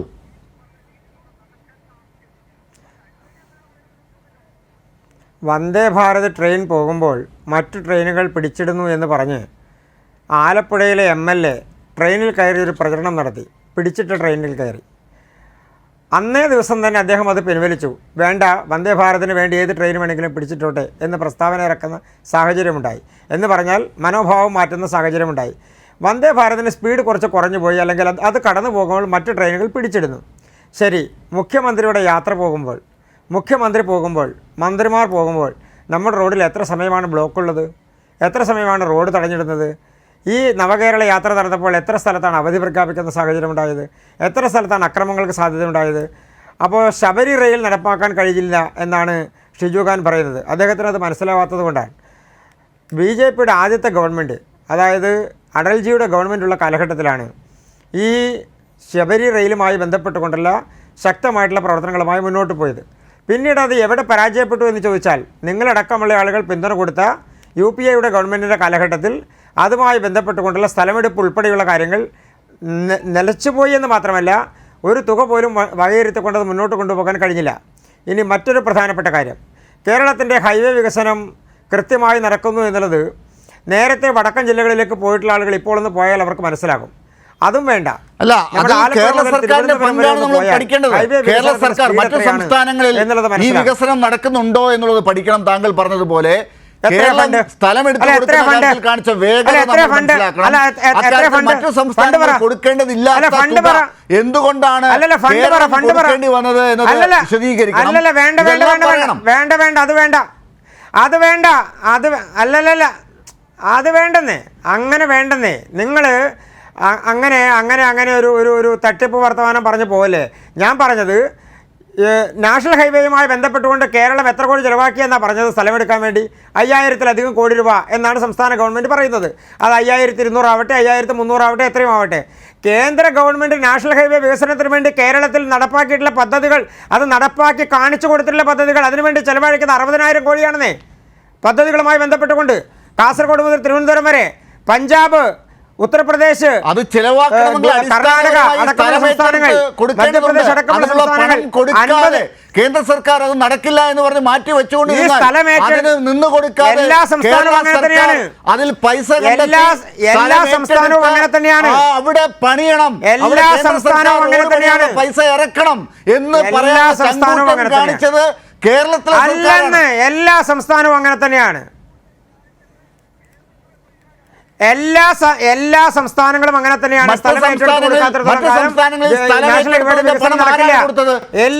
എടുത്തതിന്റെ പണം ആരാണ് മറ്റു സംസ്ഥാനങ്ങളിൽ കൊടുത്തത്? നിങ്ങൾ ആരോടായി പറയുന്നത്? ഈ രാജ്യത്ത് അതൊക്കെ വൈറ്റ് പേപ്പർ പോലെ നിങ്ങളുടെ സർക്കാരിൽ നടക്കുന്ന കാര്യങ്ങൾ മാത്രമാണ് വൈറ്റ് പേപ്പറായി പുറത്തു വരാത്തത്. ബാക്കിയുള്ള എല്ലാ സംസ്ഥാനങ്ങളിൽ നടക്കുന്ന കാര്യങ്ങൾ വൈറ്റ് പേപ്പറായി പുറത്തുണ്ട്. പബ്ലിക്കിന് കാണാം, ഗൂഗിൾ ചെയ്താൽ മതി, എല്ലാം കിട്ടും. അത് ഉത്തർപ്രദേശിലാണെങ്കിലും പഞ്ചാബിലാണെങ്കിലും മധ്യപ്രദേശിലാണെങ്കിലും രാജസ്ഥാനിലാണെങ്കിലും കർണാടകത്തിലാണെങ്കിലും എല്ലാ സംസ്ഥാനങ്ങളും നാഷണൽ ഹൈവേയുടെ വികസനം നടക്കുമ്പോൾ അവരവരുടെ സംസ്ഥാനത്തിൻ്റെ പെർസെൻറ്റേജ് അനുസരിച്ചിട്ട് പല സംസ്ഥാനങ്ങൾക്കും വ്യത്യസ്തമായ പെർസെൻറ്റേജ് ആയിരിക്കാം. അത് സ്ഥലത്തിൻ്റെ വിലയുടെ അടിസ്ഥാനത്തിലാണ്. അതാത് സംസ്ഥാനങ്ങളിൽ നടക്കുന്ന ഏറ്റെടുക്കുന്ന സ്ഥലങ്ങളുടെ വിലയുടെ അടിസ്ഥാനത്തിൽ പെർസെന്റേജിൽ വ്യത്യാസം വരാം. അതിനപ്പുറത്തേക്ക് അങ്ങനെ എല്ലാ സംസ്ഥാനങ്ങളും സ്ഥലം ഏറ്റെടുത്ത് കൊടുക്കണം. 60,000 കോടിയുടെ കണക്ക് പറയുന്നത് എനിക്കൊരു ഒറ്റ കാര്യം കൂടി പറഞ്ഞു ചോദിച്ചു കഴിഞ്ഞാൽ അതിന് പ്രസക്തിയില്ല. ഷിജു ഖാനിലേക്ക് പോവാം. ഈ ഇപ്പോ റെയിൽവേ റിക്രൂട്ട്മെന്റ് ബോർഡിൽ ഒഴിവുകൾ നികത്തുന്നില്ല. ബാങ്കിംഗ് സർവീസ് റിക്രൂട്ട്മെന്റ് ബോർഡിന്റെ കാര്യത്തിൽ ഇപ്പോൾ ഒന്നും കേൾക്കാനില്ല. ഇതുപോലെ UPSCയിൽ ഒഴിഞ്ഞു കിടക്കുന്ന ഒഴിവുകളുടെ കാര്യത്തിലൊന്നും നികത്തുന്ന കാര്യത്തെക്കുറിച്ച് ഒരു കാര്യവുമില്ല. 9 ലക്ഷത്തോളം ഒഴിവുകളാണ് ഇപ്പോൾ നികത്താനായി ബാക്കി കിടക്കുന്നത്. ഈ തെരഞ്ഞെടുപ്പിലേക്കൊക്കെ പോകുമ്പോൾ യുവാക്കളുടെ വലിയ ആവേശം ഹരവും എന്നൊക്കെ പറഞ്ഞ് വന്നിട്ട് എന്താണ് ഇക്കാര്യത്തിൽ ഉത്തരം അവർക്ക് കൊടുക്കാനുള്ളത് എന്ന് BJP കരുതി വെച്ചിട്ടുണ്ടോ? ഞാൻ അതുകൊണ്ടാണ് നേരത്തെ തന്നെ സൂചിപ്പിച്ചത്, ചില കാര്യങ്ങൾ കാണാതെ പോകുന്നു നിങ്ങൾ എന്നുള്ളതാണ് ഇതിൻ്റെ പ്രധാനപ്പെട്ട വിഷയം. കഴിഞ്ഞ ഒരു വർഷക്കാലത്തിനുള്ളിൽ ബഹുമാനപ്പെട്ട പ്രധാനമന്ത്രി 4ലധികം റോസ്ഗാർ യോജനകളാണ് നടത്തിയത്. അതായത് കൂട്ടമായി അപ്പോയിൻമെൻറ്റ് കൊടുക്കുന്ന പദ്ധതി. ഏതാണ്ട് 7 ലക്ഷം, 6 ലക്ഷം, 8 ലക്ഷം വീതം ആളുകൾക്ക് എല്ലാ ഡിപ്പാർട്ട്മെൻറ്റുകളിലും അപ്പോയിൻമെൻറ്റ് കൊടുക്കുന്ന പദ്ധതി നമ്മുടെ രാജ്യത്ത് പ്രധാനമന്ത്രി നേരിട്ട് ഉദ്ഘാടനം ചെയ്യുന്ന പദ്ധതികൾ 4 തവണയിലധികമാണ് കഴിഞ്ഞ ദിവസം ബഹുമാനപ്പെട്ട മുഖ്യമന്ത്രിയുടെ ഞാനൊന്ന് പറയട്ടെ ലാൽ, ഒന്ന് തന്നെ പറയാൻ അനുവദിക്കുക. കഴിഞ്ഞ ദിവസം ബഹുമാനപ്പെട്ട മുഖ്യമന്ത്രി നവകേരള യാത്രയുടെ ഭാഗമായി സ്വീകരിച്ച പരാതികൾ ഏകദേശം 6.5 ലക്ഷത്തോളം വരും. ആ 6.5 ലക്ഷത്തോളം പരാതികളിൽ കേരളത്തിലെ പോലീസ് സേനയിലേക്ക് മാത്രം എടുക്കാനുള്ള ഒഴിവുകളിലേക്ക് തീരാൻ പോകുന്ന റിക്രൂട്ട്മെൻറ്റ് സംവിധാനത്തിലെ നോട്ടിഫിക്കേഷൻ അവസാനിക്കാൻ പോകുന്ന, അതായത് റാങ്ക് ലിസ്റ്റ് അവസാനിക്കാൻ പോകുന്ന അടുത്ത മാസം, ഈ ജാനുവരി മാസം 31-ാം തീയതി കൂടി അവസാനിക്കാൻ പോകുന്ന അതിലെ ഉദ്യോഗാർത്ഥികളായിട്ടുള്ള ആളുകൾ 25,000-ലധികം പരാതികളാണ്.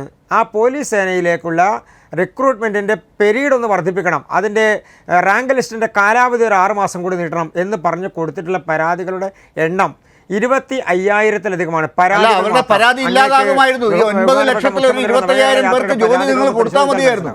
9 ലക്ഷം ഒഴിഞ്ഞു കിടക്കുകയല്ലേ?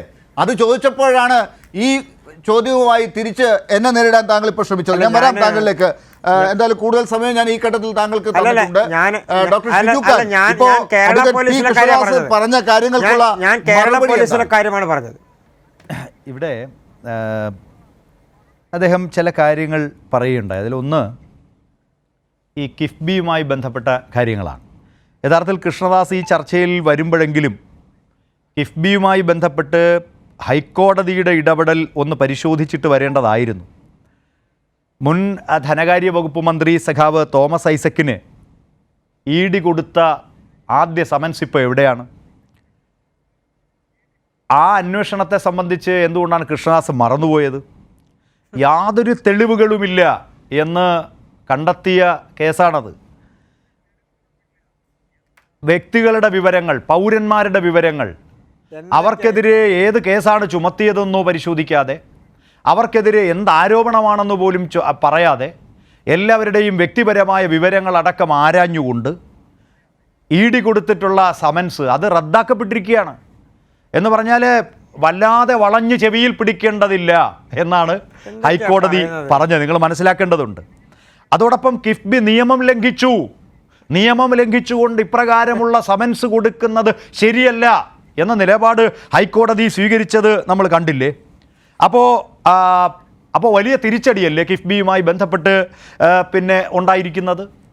പിന്നെ മസാല ബോണ്ടുമായി ബന്ധപ്പെട്ട് റിസർവ് ബാങ്കിൻ്റെ തന്നെ വിശദീകരണം അപ്രകാരം വന്നിട്ടുണ്ടല്ലോ. അതിൻ്റെ ഒക്കെ അടിസ്ഥാനത്തിൽ പിന്നെ വീണ്ടും തോമസ് ഐസക്കിനെ വേട്ടയാടാനുള്ള ശ്രമങ്ങൾ നടക്കുന്നത് എങ്ങനെ ശരിയാകും? ഒന്നാമത്തെ സമൻസ് റദ്ദായി, ഇപ്പോൾ രണ്ടാമത് സമൻസ് കൊടുത്തിരിക്കുകയാണ്. അപ്പോൾ EDയുടെ ലക്ഷ്യം എന്താണ്? പകൽ പോലെ വ്യക്തമാണ്. അല്ലല്ല, കൃഷ്ണദാസ് പറഞ്ഞപ്പോൾ ഞാൻ ഇടപെട്ടില്ലല്ലോ. അടയ്ക്ക് കൃഷ്ണദാസ്, അങ്ങ് വിശദമായി പറഞ്ഞപ്പോൾ ഞാൻ ഇടപെട്ടില്ല. ഇനി അങ്ങക്കുള്ള മറുപടിയാണ്. അല്ലല്ല, ഞാൻ പറഞ്ഞു തീർക്കട്ടെ കൃഷ്ണദാസ്, ഞാൻ പറഞ്ഞു തീർക്കട്ടെ. അപ്പോൾ കിഫ്ബിയെ നിങ്ങൾ കേരളത്തിൻ്റെ വികസന പ്രവർത്തനങ്ങൾക്ക് ഏറ്റവും കൂടുതൽ പ്രയോജനപ്പെട്ട ഒരു പദ്ധതിയായ കിഫ്ബിയെ തകർക്കൽ, അതാണ് നിങ്ങളുടെ ലക്ഷ്യം. അതാണ് നിങ്ങൾ കിഫ്ബിയെ വേട്ടയാടുന്നത്, നിങ്ങൾ തോമസ് ഐസക്കിനെ വേട്ടയാടുന്നത്. കിഫ്ബി കൊടുത്ത നിയമവിരുദ്ധമായ സമൻസ് റദ്ദാക്കപ്പെട്ടിരിക്കുകയാണ്. ഇപ്പോൾ വീണ്ടും പുതിയ ആക്ഷേപങ്ങളുമായി രംഗപ്രവേശം ചെയ്തിരിക്കുകയാണ്. ഇതിനെയും ശക്തമായി നിയമപരമായി ഞങ്ങൾ നേരിടും കൃഷ്ണദാസ്. അപ്പോൾ ഒന്നാമത്തെ സമൻസ് റദ്ദാക്കപ്പെട്ടത് നിങ്ങൾ അറിഞ്ഞില്ലേ? നിങ്ങൾ ഇങ്ങോട്ടേക്ക് വന്നപ്പോൾ അതൊന്നും ഓർമ്മിച്ചില്ലേ കൃഷ്ണദാസെ? ഇനി രണ്ടാമത്തെ വിഷയത്തിലേക്ക് ഞാൻ വരാം. ഇവിടെ ദേശീയപാത വികസനത്തെക്കുറിച്ച് പറഞ്ഞു കൃഷ്ണദാസ്. ഇന്ത്യയിലെ എല്ലാ സംസ്ഥാനങ്ങളും ഈ ദേശീയപാത വികസനത്തിന് വേണ്ടി സംസ്ഥാന വിഹിതം അനുവദിക്കുന്നില്ല. കേന്ദ്ര ഗവൺമെൻറ് നിർബന്ധപൂർവം ദേശീയപാത വികസനത്തിന് വേണ്ടി മറ്റ് സംസ്ഥാനങ്ങളിൽ നിന്ന് പണം എല്ലാ സംസ്ഥാനങ്ങളിൽ നിന്നും വാങ്ങുന്നില്ല. ഞാൻ ഉറപ്പിച്ചു പറയാം. പിന്നെ ഉത്തർപ്രദേശിൻ്റെ കാര്യം പറഞ്ഞല്ലോ. ഉത്തർപ്രദേശ് എന്ന് പറഞ്ഞാൽ കേരളത്തിൻ്റെ പിന്നെ ഇന്ത്യയുടെ ഭൂപടത്തിൽ ഉത്തർപ്രദേശ് എന്ന് പറയുന്ന സംസ്ഥാനത്തിൻ്റെ വലിപ്പം എത്ര? ഉത്തർപ്രദേശിൻ്റെ ജനസംഖ്യ എത്ര? ഉത്തർപ്രദേശിലെ നഗരങ്ങളുടെ പിന്നെ എണ്ണം എത്ര? പരിശോധിക്കാം. അങ്ങനെ പരിശോധിച്ചാൽ കേരളം കൊടുത്ത തുകയുടെ പകുതി പോലും ഈ ദേശീയപാത വികസനത്തിന് ഉത്തർപ്രദേശ് കൊടുത്തില്ല. ഇന്ത്യയിലെ നിരവധി സംസ്ഥാനങ്ങൾ കൊടുത്തില്ല.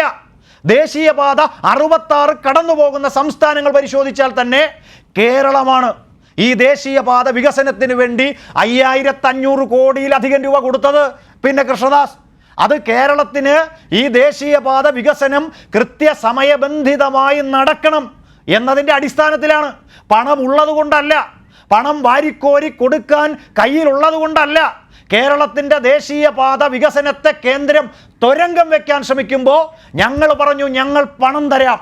അങ്ങനെയാണ് സഖാവ് മുഹമ്മദ് റിയാസും കേരളത്തിലെ മന്ത്രിമാരും പൊതുമരാമത്ത് വകുപ്പുമൊക്കെ അതിൽ അശ്രാമ പരിശ്രമം നടത്തി. അങ്ങനെയാണ് ഈ ദേശീയപാത വികസനത്തിൻ്റെ കാര്യം ഇവിടെ വന്നത്. പിന്നെ റെയിൽവേയെക്കുറിച്ച് പറഞ്ഞല്ലോ. ഈ മംഗലാപുരത്തേക്ക് പോകുന്ന മാംഗ്ലൂർ എക്സ്പ്രസ് ആകട്ടെ, മലബാർ എക്സ്പ്രസ് ആകട്ടെ, പരശുരാം എക്സ്പ്രസ് ആകട്ടെ, ഞാൻ ഉറപ്പിച്ചു പറയുന്നു, എത്ര ദിവസങ്ങൾക്ക് മുമ്പ് റിസർവ് ചെയ്താൽ നമുക്ക് ടിക്കറ്റ് കിട്ടും. ഇനി തൽക്കാലാണെങ്കിൽ എത്ര പേർക്ക് കിട്ടും? നിങ്ങൾ കൊണ്ടുവന്ന ഫ്ലക്സി, നിങ്ങൾ കൊണ്ടുവന്ന പ്രീമിയം, ഇതൊക്കെ കൊള്ളയടിയല്ലേ കൃഷ്ണദാസെ? ജനങ്ങളുടെ ആവശ്യങ്ങളെ നിങ്ങൾ ദുരുപയോഗപ്പെടുത്തിക്കൊണ്ട് കൊള്ളയടിക്കുകയല്ലേ ചെയ്യുന്നത്? നിങ്ങൾ ഈ കേരളത്തിലെ ഞാൻ എണ്ണിപ്പറയാം.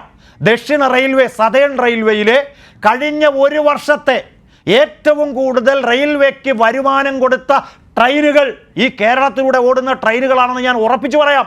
മറ്റ് ട്രെയിനുകളുണ്ട്, ഞാൻ ഇല്ലെന്നല്ല പറഞ്ഞത്. ഏറ്റവും പ്രധാനപ്പെട്ട ട്രെയിനുകൾ നമ്മൾ അന്തസ്സായി ടിക്കറ്റ് എടുത്ത് യാത്ര ചെയ്യുന്നതാണ് കൃഷ്ണദാസെ. മറ്റ് പല സ്ഥലങ്ങളിലേന്നും പോലെ അല്ല. ഞാനും കൃഷ്ണദാസും ഒക്കെ കേരളത്തിൽ ജീവിക്കുകയല്ല. നമ്മൾ അന്തസ്സായി ടിക്കറ്റ് എടുത്ത് യാത്ര ചെയ്യുന്നവരാണ്. നമുക്കെന്തുകൊണ്ടാണ് പുതിയ ട്രെയിനുകൾ അനുവദിക്കാത്തത്? പുതിയ ട്രെയിനുകൾ നഞ്ചങ്കോട് മൈസൂർ പാത എവിടെ?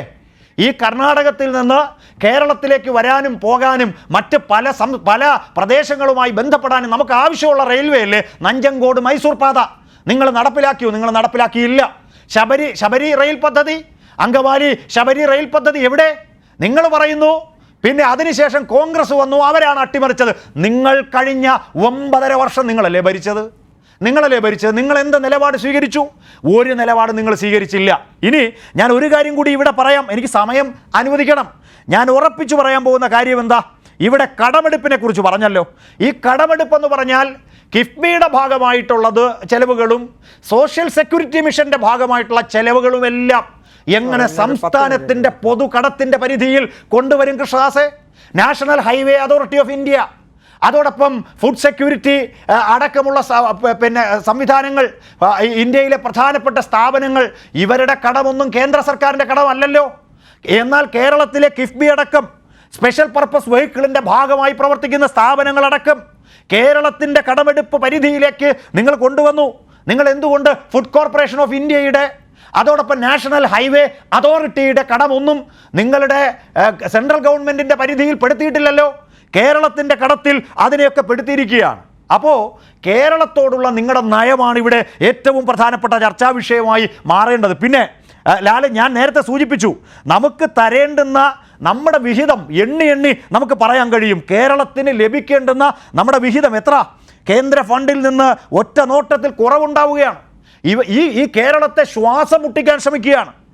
GST കോമ്പൻസേഷൻ 12,000 കോടി രൂപ കേരളത്തിന് നഷ്ടം ഇവർ വരുത്തിയിരിക്കുകയാണ്. റവന്യൂ ഡെഫിസിറ്റ് ഗ്രാൻഡ് 8,400 കോടി രൂപ നമുക്ക് ഈ കേന്ദ്ര ഗവൺമെൻറ് നഷ്ടമാണ്. കിഫ്ബി സോഷ്യൽ സെക്യൂരിറ്റി അതിൻ്റെ ചെലവുകളെ ഈ കടത്തിൻ്റെ പരിധിയിൽപ്പെടുത്തുമ്പോൾ 7,000 കോടി രൂപ. അങ്ങനെ നിരവധിയായിട്ടുള്ള UGC പെൻഡിങ് അരിയർ. നിങ്ങൾക്കറിയാം, ശ്രീ ലാലിന് കുറെ കൂടി ആധികാരികമായിട്ട് അറിയാം. 3 ദിവസം മുമ്പ് ഇറങ്ങിയ മാതൃഭൂമിയുടെ മുൻ പേജ് നിങ്ങൾ പരിശോധിക്കണം. 750.93 കോടി രൂപ കേരളത്തിന് അരിയർ തരുന്നില്ല. ഹെൽത്ത് ഗ്രാൻഡ് 174.76 കോടി രൂപ നമുക്ക് തരുന്നില്ല. അങ്ങനെ നിരവധിയായ പണം നമുക്ക് തരാനുണ്ട്. നമുക്ക് തരാനുള്ള കുടിശ്ശികയാണ് ചോദിക്കുന്നത്. എവിടെ? ഇതൊന്നും കേന്ദ്ര ഗവൺമെൻറ് തരാതെ ഇനി കടമെടുപ്പിന് ഞാൻ ഒരു കാര്യം കൂടി പറഞ്ഞ് കൺകൂടിയാം. കടമെടുപ്പിനെ കുറിച്ച് പറയുന്നതോ, ഞാൻ ചോദിക്കുന്നത് കേന്ദ്ര ബജറ്റ് വഴി ചെലവഴിക്കുന്ന തുകയുടെ 40%-ലധികം, കേന്ദ്ര ബഡ്ജറ്റിലൂടെ ചെലവഴിക്കുന്ന തുകയുടെ 40%-ലധികം കേന്ദ്ര ഗവൺമെൻറ് എങ്ങനെയാണ് കടമെടുത്താണ്. കേന്ദ്ര ധനകാര്യ വകുപ്പ് മന്ത്രിയാണ് രാജ്യസഭയിൽ വ്യക്തമാക്കിയത്. അവരാണ് കേരളത്തെ കുറ്റപ്പെടുത്തുന്നത്. അതോടൊപ്പം 45 ലക്ഷം കോടി രൂപ 2022-23 കോടി കേന്ദ്ര ബഡ്ജറ്റിൻ്റെ 17.99 ലക്ഷം കോടിയും കടമാണ്. അതാണ് കേന്ദ്ര ഗവൺമെൻറ്റിൻ്റെ നയം. അതോടെ കേരളത്തിൻ്റെ കടമെടുപ്പ് പരിധി വെട്ടിക്കുറയ്ക്കുകയാണ്. പിന്നെ ഞാൻ വളരെ പ്രധാനപ്പെട്ടൊരു കാര്യം പറയാം. ഇവിടെ ശ്രീ കൃഷ്ണദാസ് പറഞ്ഞല്ലോ. എന്താ കൃഷ്ണദാസ് പറഞ്ഞത്?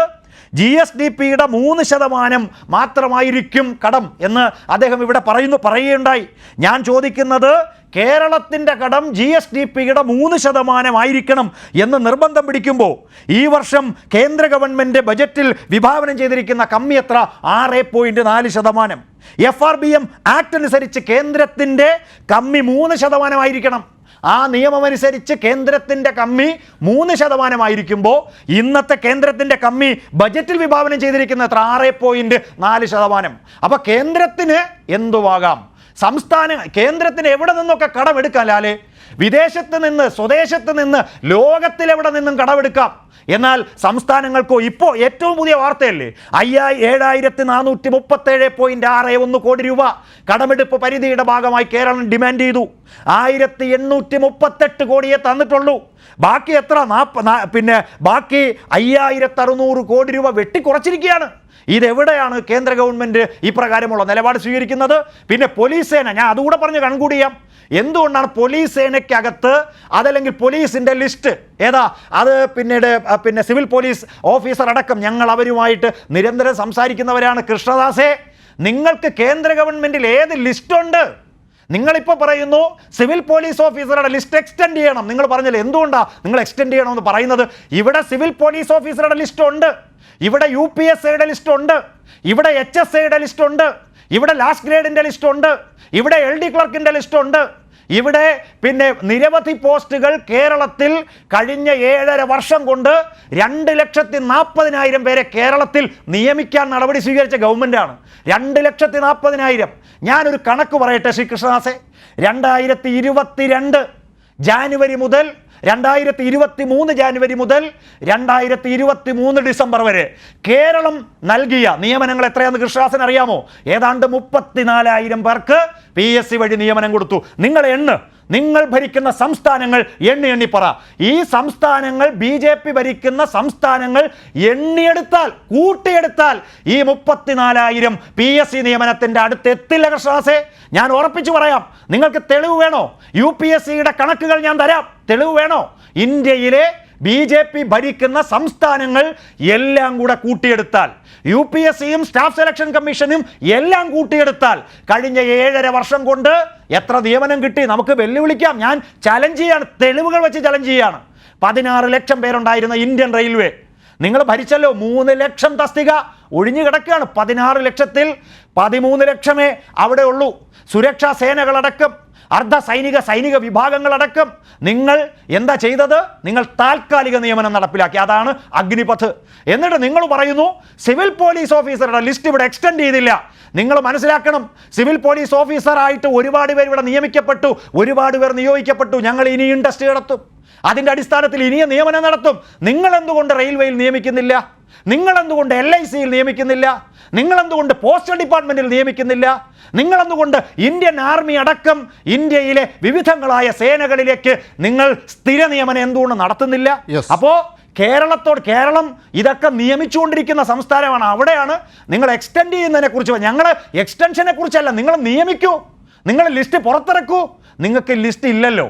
ഇവിടെ ഉള്ള ലിസ്റ്റിനെ കുറിച്ചല്ലേ അങ്ങയുടെ വിലാപം. നിങ്ങൾ ഒരു നിയമനം നടത്തൂ, ഇന്ത്യയിൽ നിയമനം നടത്തിയിട്ട് നിങ്ങൾക്ക് ചർച്ചയ്ക്ക് ഈ അഭിപ്രായം പറഞ്ഞാൽ അതിൽ ചില കഴമ്പുണ്ടെന്ന് പറയാം. നിങ്ങൾ നിയമിക്കുന്നില്ലല്ലോ.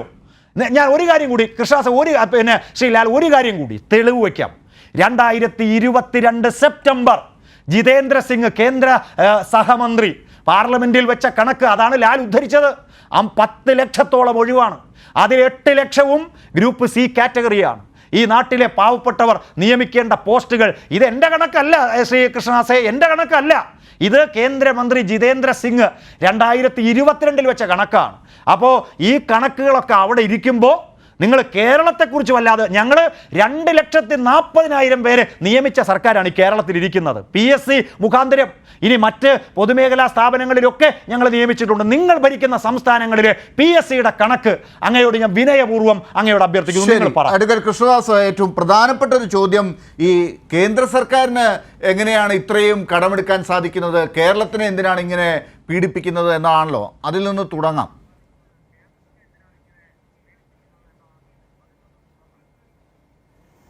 അല്ല ഡോക്ടർ ലാൽ, ഷിജു ഖാൻ പറഞ്ഞു തുടങ്ങിയത് ഞാനൊന്ന് ഇടപെടാൻ ശ്രമിച്ചപ്പോൾ അദ്ദേഹം വേണ്ട എന്ന് പറഞ്ഞു. എനിക്കതിൽ യാതൊരു പരാതിയുമില്ല, അദ്ദേഹത്തിൻ്റെ സമയമാണ്. ഞാൻ അദ്ദേഹം പറഞ്ഞ കാര്യം സൂചിപ്പിച്ചു എന്ന് മാത്രമേ ഉള്ളൂ. തോമസ് ഐസക്കിനെ ചോദ്യം ചെയ്യാൻ വിളിച്ച ആദ്യത്തെ സമൻസ് റദ്ദാക്കി, രണ്ടാമത് സമൻസ് കൊടുത്തിരിക്കുന്നു. അതുകൊണ്ട് അദ്ദേഹം കുറ്റവിമുക്തനായി എന്നൊക്കെയാണ് അദ്ദേഹം പറയുന്നത്. എനിക്കറിയില്ല അദ്ദേഹത്തിന് ആ വിഷയത്തെക്കുറിച്ച് എത്രത്തോളം ഔദ്യോഗികമായിട്ടുള്ള വിവരങ്ങൾ അദ്ദേഹത്തിൻ്റെ കയ്യിലുണ്ട് എന്ന് പറഞ്ഞാൽ നമുക്ക് ലഭിക്കാവുന്ന രേഖകളുടെ അടിസ്ഥാനത്തിലുള്ള കാര്യങ്ങൾ എത്രത്തോളം ഉണ്ട് എന്നുള്ളതിനെ സംബന്ധിച്ച്. കിഫ്ബിയുമായി ബന്ധപ്പെട്ടുകൊണ്ട് ബഹുമാനപ്പെട്ട ഹൈക്കോടതിയിൽ പെൻഡിംഗ് ഉണ്ട് എന്ന് ഞാൻ പറഞ്ഞ കേസ് തോമസ് ഐസക്കുമായി ബന്ധപ്പെട്ടല്ല. കിഫ്ബിയുടെ എൻറ്റിറ്റിയെ തന്നെ ചോദ്യം ചെയ്യുന്ന, വിദേശ കടം എടുക്കുന്നതിനെ ചോദ്യം ചെയ്തുകൊണ്ട് കൊടുത്തിട്ടുള്ള ഹർജിയാണ് നിലവിൽ പെൻഡിംഗ്. വ്യക്തിപരമായിട്ടുള്ള കാര്യം എന്നുള്ള നിലക്ക് അത് വേണ്ട, ഞാനൊന്ന് പൂർത്തിയാക്കട്ടെ. ഞാൻ പൂർത്തിയാക്കില്ല, എൻ്റെ ഇടയിൽ തന്നെ ചോദ്യം. ഇനി രണ്ടാമത്തെ കാര്യം, അതിൽ അദ്ദേഹം ഒരു വ്യക്തിക്ക് അയക്കുന്ന സമൻസ് അദ്ദേഹത്തിന് ചോദ്യം ചെയ്യാം. അത് കൃത്യമല്ലെങ്കിൽ വീണ്ടും സമൻസ് അയക്കും. ആ പ്രോസസ്സ് നടന്നുകൊണ്ടിരിക്കുന്നു, അത്രയേ ഉള്ളൂ. ഇനി കടമെടുപ്പിൻ്റെ കാര്യത്തിലേക്ക് വന്നാൽ, കേരളത്തിൻ്റെ കടമെടുപ്പുമായി ബന്ധപ്പെട്ടുകൊണ്ട് നിലവിൽ കേരളത്തിന് 57,000 കോടി രൂപ കിട്ടാനുണ്ട് കേന്ദ്രത്തിൽ നിന്ന് എന്നാണ് പറയുന്നത്.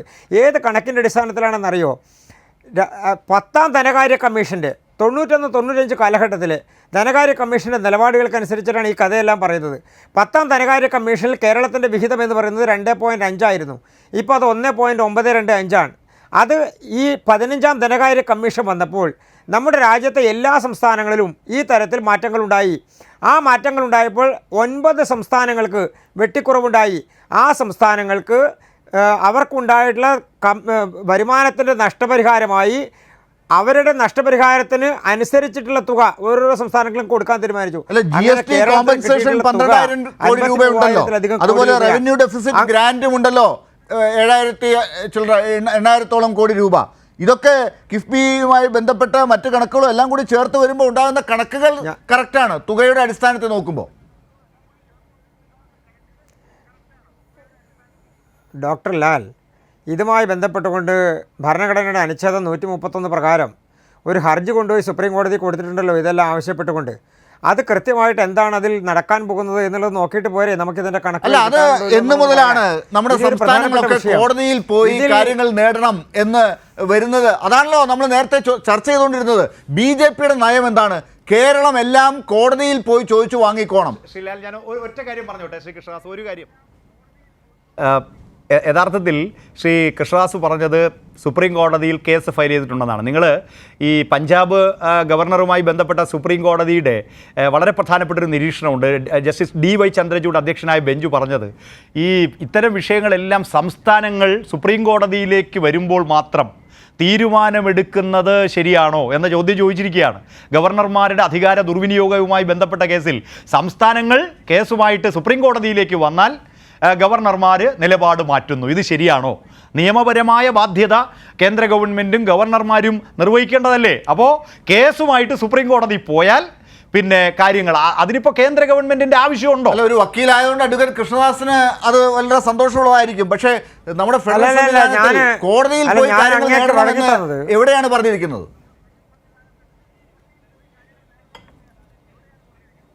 ഡോക്ടർ ലാൽ, കോടതിയിൽ പോയതിന് ശേഷം കഴിഞ്ഞ 10 വർഷക്കാലത്തിനിടയിൽ ഇന്ത്യ മുന്നണിയിൽപ്പെട്ടിട്ടുള്ള ഏതെങ്കിലും ഒരു കക്ഷി, അത് ഇടതുപക്ഷമാവണ്ട, കോൺഗ്രസ് അടക്കമുള്ള ആളുകൾ 12ലധികം കേസുകളാണ് കോടതിയിലേക്ക് പോയത് ബഹുമാനപ്പെട്ട സുപ്രീം കോടതിയും മറ്റ് ഹൈക്കോടതികളുമായി ബന്ധപ്പെട്ടുകൊണ്ട്. അതിൽ സുപ്രീം കോടതിയിൽ തന്നെ 12ലധികം വിഷയങ്ങൾ ചലഞ്ച് ചെയ്തു. ഏതെങ്കിലും ഒരു വിഷയം ബഹുമാനപ്പെട്ട സുപ്രീം കോടതി അനുകൂലമായിട്ടുള്ള വിധി കൊടുക്കുന്ന സാഹചര്യമുണ്ടായോ? എന്തായിരുന്നു അതിൻ്റെ പ്രധാനപ്പെട്ട കാരണം? നമുക്ക് കോടതികളെ തെറ്റിദ്ധരിപ്പിക്കാൻ വേണ്ടി ശ്രമിക്കാം.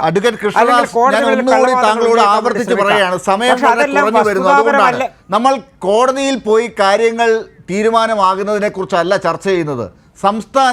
നമ്മുടെ സംസ്ഥാനത്ത് കാര്യങ്ങൾ, ജനങ്ങളുടെ പ്രശ്നങ്ങൾ അറിയാവുന്നവരാണ് രാഷ്ട്രീയ പാർട്ടി നേതാക്കളൊക്കെ. പാർട്ടികൾക്ക് അതറിയാമല്ലോ. അവർ കോടതിയിൽ പോയി കാര്യങ്ങൾ നേടിക്കോട്ടെ എന്നാണെങ്കിൽ നമ്മളെന്തിനാണ് തെരഞ്ഞെടുപ്പ് നടത്തുന്നത്? നമ്മുടെ ആളുകളെല്ലാം അങ്ങ് സ്വതന്ത്രമായിട്ട് കോടതിയിൽ പോയി കാര്യങ്ങൾ നടത്താൻ വേണ്ടി വിട്ടാൽ പോരെ? അവർ പോയി നടത്തിക്കൊടുക്കില്ലേ? എന്തിനാണ് നിങ്ങളൊക്കെ തെരഞ്ഞെടുപ്പിൽ മത്സരിച്ച് ജയിച്ച് പാർലമെൻറ്റിലും നിയമസഭയിലും ഒക്കെ പോകുന്നത്?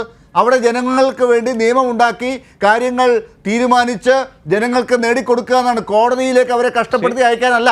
അതുകൊണ്ടാണ് പാർലമെന്റ് അംഗങ്ങളെ കൂട്ടത്തോടെ സസ്പെൻഡ് ചെയ്യുന്നത്. പാർലമെന്റിൽ അഭിപ്രായം പറയാൻ പാടില്ല, സസ്പെൻഡ് ചെയ്യാണ്.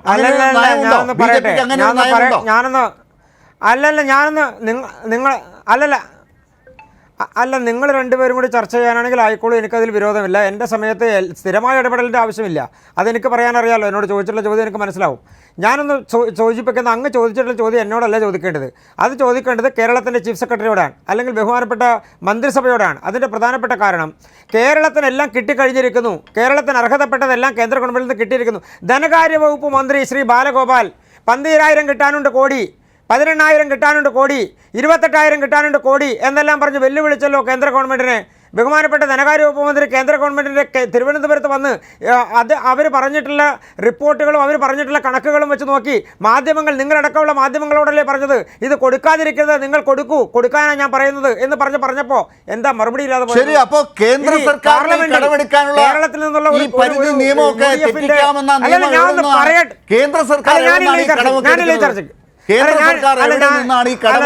ശരിയല്ല. അത് ശരിയല്ല. അതാ ഞാൻ പറഞ്ഞത്. നിങ്ങൾ രണ്ടുപേര് കൂടി ചേർന്ന് എൻ്റെ ചർച്ചയിലേക്ക് കഥ ഇറക്കാൻ നോക്കണ്ട. ഇനി രണ്ടാമത്തെ കാര്യം, പാർലമെന്റിനകത്ത് ശ്രീ പ്രേമചന്ദ്രൻ ഒരു ചോദ്യം ചോദിച്ചല്ലോ. ഈ 12,000-ന്റെ ബിജെപിയുടെ നയം എന്താണ്, കേരളത്തോടുള്ള ബിജെപിയുടെ നയം എന്താണെന്നാണ് എന്റെ ചോദ്യം. BJP വാദിക്കുകയാണോ ഇത് മതി, ഇത്രയും മതി കേരളത്തിന് എന്നാണോ BJPയുടെ വാദം?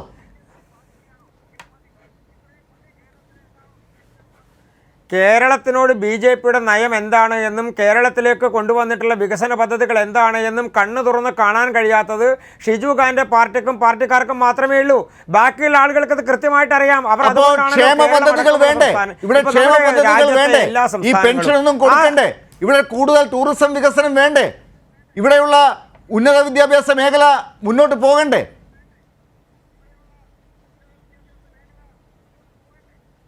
ഏത് ഫണ്ടാണ് കിട്ടാത്തത് കേന്ദ്രത്തിൻ്റെ? കേന്ദ്രത്തിന്റെ ഏത് ഫണ്ടാണ് കിട്ടാത്തത്? UGC ഫണ്ടിനെ കുറിച്ച് നേരത്തെ ഇവിടെ ഒരു കണക്ക് പറഞ്ഞല്ലോ.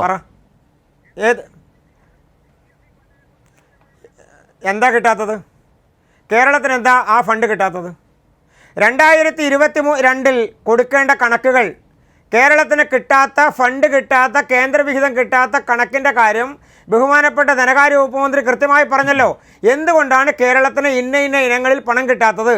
അതിനു മുൻപ് കൊടുത്തിട്ടുള്ള പണത്തിൻ്റെ കണക്കുകൾ കൊടുത്തിട്ടില്ല. കേന്ദ്ര ഗവൺമെന്റിൽ നിന്ന് കിട്ടിയിട്ടുള്ള പണത്തിന്റെ കണക്കുകൾ കേരളത്തിലെ ഇപ്പോൾ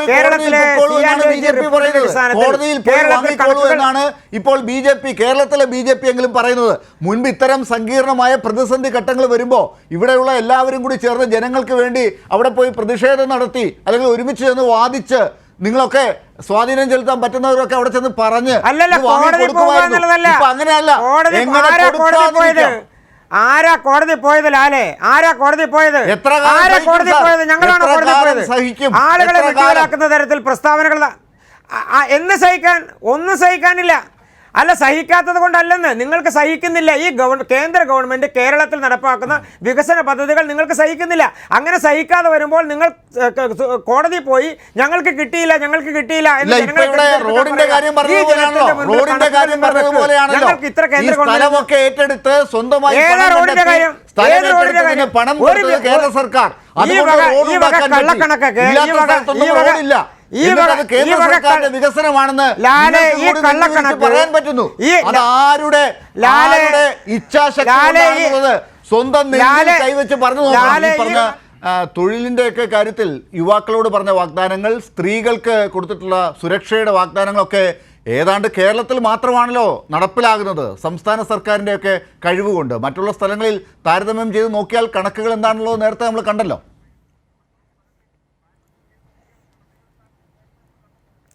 ലാല്, ത്രിപുരയിലും ബംഗാളിലും വലിയ തൊഴിൽ പദ്ധതികൾ നടപ്പാക്കിയതുകൊണ്ടാണ് അവിടെയെല്ലാം ഇടതുപക്ഷ സർക്കാരുകൾ വീണ്ടും വീണ്ടും വന്നത്.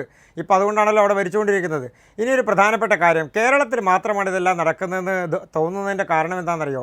കേരളം വിട്ട് മറ്റൊരു സ്ഥലത്തേക്ക് പോകാത്തത് കൊണ്ടാണ്, അല്ലെങ്കിൽ അതിനെക്കുറിച്ച് നോക്കാത്തത് കൊണ്ടാണ്. എത്രയോ ഗവൺമെൻറ്റുകൾ, BJPയുടെ ഗവൺമെൻറ്റുകൾ വീണ്ടും വീണ്ടും അധികാരത്തിൽ വരുന്നു. എത്രയോ തവണ BJP ഗവൺമെൻറ്റുകൾ മറ്റ് സംസ്ഥാനങ്ങളിൽ വലിയ ഭൂരിപക്ഷത്തോടുകൂടി 4/3 ഭൂരിപക്ഷത്തോടുകൂടി അധികാരത്തിൽ വരുന്നു. കേന്ദ്ര ഗവൺമെൻറ് കഴിഞ്ഞ തവണ 10 വർഷക്കാലം ഭരിച്ച UPA ഗവൺമെൻറ് പോയതിനു ശേഷം ഞങ്ങൾ വീണ്ടും വരില്ല എന്ന് പറഞ്ഞ ആളുകൾ വീണ്ടും ആ ഗവൺമെന്റ് വന്നത് അതിൽ കൂടുതൽ ഭൂരിപക്ഷത്തോടെ. ഗവൺമെന്റുകൾ വീണ്ടും വരുന്നതിന് പല കാരണങ്ങളുണ്ട്. ചെയ്ത കാര്യങ്ങളും വാഗ്ദാനം കൊടുത്ത കാര്യങ്ങൾ നടപ്പിലാക്കിയോ എന്നുള്ളതും കണക്കെടുത്താൽ ഒരുപക്ഷെ അതിൽ കണക്ക് പറയാനൊന്നും ഉണ്ടാകില്ല. അവിടെ മറ്റു ചില ഗിമ്മിക്കുകൾ കാണിക്കുന്നു, ചില വലിയ റോഡ് ഷോകൾ നടത്തുന്നു, അല്ലെങ്കിൽ വേറെ ചില വൈകാരികമായ പ്രകടനങ്ങൾ നടത്തുന്നു. ഇതിനൊക്കെ ഫലമായിട്ട് ചിലപ്പോൾ ഗവൺമെന്റുകൾ തിരിച്ചു വന്നേക്കാം. എൻ്റെ 2 മിനിറ്റിൽ 1 മിനിറ്റ് ലാലെടുത്തു. ലാലി കേരളത്തിന്റെ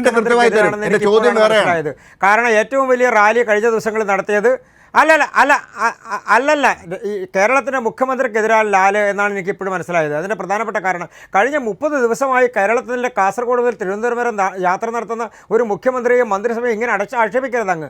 കാരണം അവർ ജനങ്ങളോട് കാര്യങ്ങൾ പറയാനല്ലേ പോയത്. അപ്പോൾ യാത്ര നടത്തുന്നത് തെറ്റാണെന്നാണ് അങ്ങ് സൂചിപ്പിക്കുന്നത്. അങ്ങനെയാണെങ്കിൽ അങ്ങയോട് ഞാൻ യോജിക്കുക.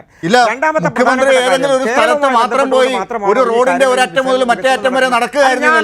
അതല്ലല്ലോ നടന്നത്.